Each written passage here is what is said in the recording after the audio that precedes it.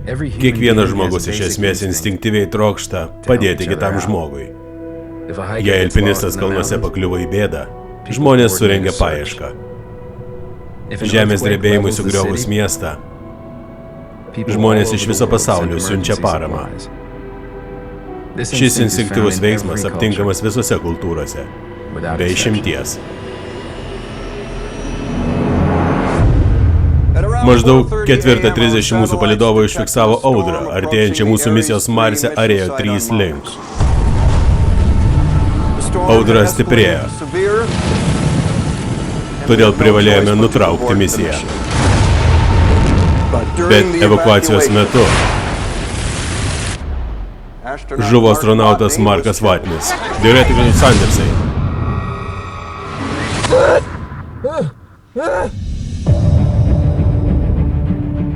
Pradedu vesti žurnalą. Čia Markas Vatnis. Aš dar gyvas.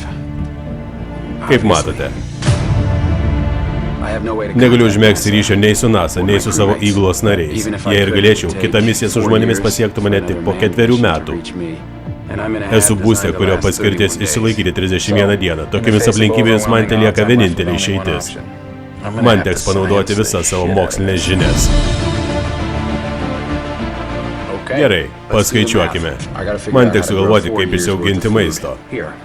Planetoje, kurioje niekas neauga. Tačiau jei nesugalvosiu, kaip susisiekti su NASA, visa kita beprasmiška. Houstone, dėmesį. Ji skirta visai komandai. Jung.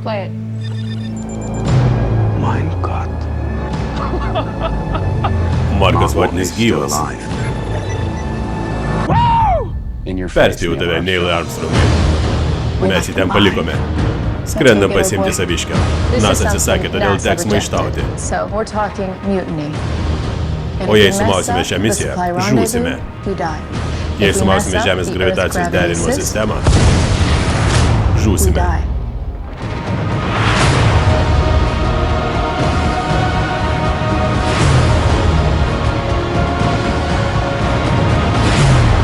Tai kosmosas. Jis nebendradarbiauja.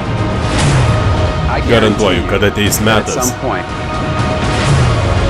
kai viskas pasisuks prieš tave. Ir tada ištarsi štai.